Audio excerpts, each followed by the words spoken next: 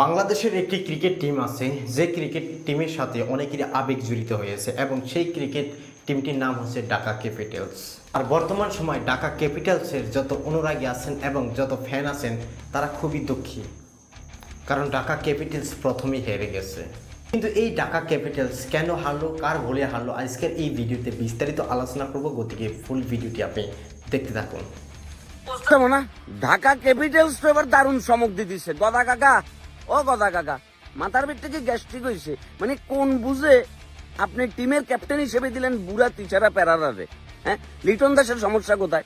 লিটন দাস তো এখন জাতীয় দলে ক্যাপ্টেন্সি করতেছে। লিটন দাস লাস্ট কি যে কুমিল্লারে ক্যাপ্টেন্সি করি কোথায় লই গেছে? As a player Liton Das যেমনই হোক, but as a captain Liton দাসের কিন্তু দুর্দান্ত লেভেলের অভিজ্ঞতা আছে। He is a good decision maker এবং সে কি ঠিকঠাক ভাবে সবকিছু পরিচালনা করতে পারে। এইটুকু জায়গায় সে পারফেক্ট।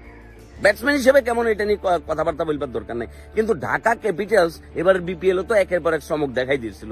সবকিছু মোটামুটি ঠিকঠাক ছিল, কিন্তু গদা কাকা আমনে গদারে দড়িয়ে আনি, বুড়া গদারে আনি কিলে বহাই দিলেন কাকা। মানে কোন যুক্তিতে?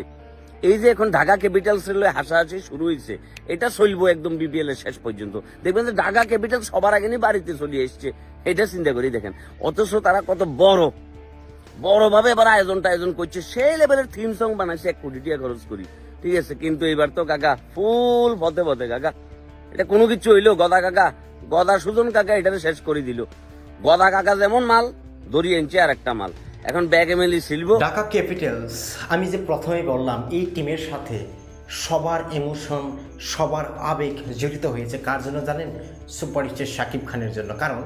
কারণ এই ঢাকা ক্যাপিটালস ক্রিকেট টিমের অনারই হচ্ছে সুপারস্টার শাকিব খান।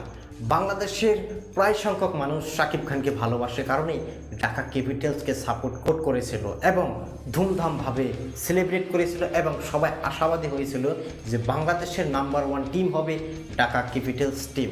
কিন্তু হয়তো এই যে ভাই যে ভিডিওটা বললো শামীম আহমেদ ভাই, আমি প্রায় তার ভিডিও দেখে থাকি যখন আমাদের ইন্ডিয়াতে আইপিএল বা ওয়ার্ল্ড কাপ যত ক্রিকেট খেলা হয়, এই ভাই কিন্তু রিভিউ দিয়ে থাকে যে কিসের জন্য কী হলো। সেই জন্য আমি এই ভাইয়ের ভিডিওটাই আমি দেখতেছিলাম এবং বুঝতেছিলাম এই ভাই যে মেসেজটা দিছে যে লিটন দাস বাংলাদেশের অনেক ভালো একটি প্লেয়ার এবং সে ঢাকা ক্যাপিটালসের একজন খেলোয়াড়, তাকে যদি ক্যাপ্টেন দেওয়া হতো হয়তো ভালো পারফরমেন্স করতে পারতো বাংলাদেশের সবারই প্রিয় ঢাকা ক্যাপিটালস ক্রিকেট টিম।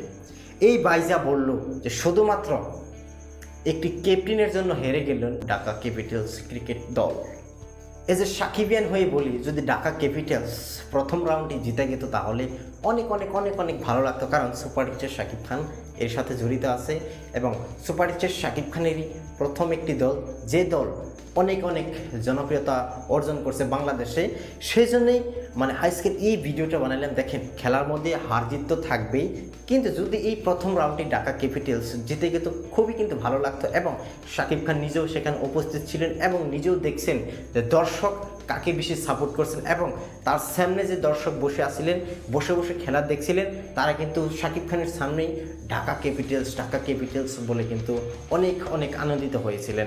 আমি ক্রিকেট এত দেখি না, তাই বলে যে বুঝি না সেটা নয়, কিন্তু আমি কম দেখি ক্রিকেট। সেই জন্য আমি অনেক রিভিউয়ারের রিভিউ দেখে থাকি। ক্রিকেট নিয়ে হতে পারে বাংলাদেশ, হতে পারে পাকিস্তান, হতে পারে সুইজারল্যান্ড, নানান হতে পারে আমাদের ভারতের। বেশিরভাগ আমি রিভিউ দেখে থাকি বলেই শামীম ভাইয়ের এই ভিডিওটি আপনাদের মাঝে আমি প্লে করে শুনলাম এবং আপনাদেরকেও শোনালাম। তো এখন আপনি আপনার মন্তব্য কমেন্ট বক্সে লিখবেন যে শামীম ভাই যে কথাটা বলছে, যদি লিটন দাসকে ঢাকা ক্যাপিটালস টিমের ক্যাপ্টেন্সি করার সুযোগ দেওয়া হতো তাহলে কি সত্যি ঢাকা ক্যাপিটালস প্রথম রাউন্ডেই জিতে যেত? অবশ্যই আপনার মূল্যবান কমেন্ট কিন্তু কমেন্ট বক্সে লিখবেন।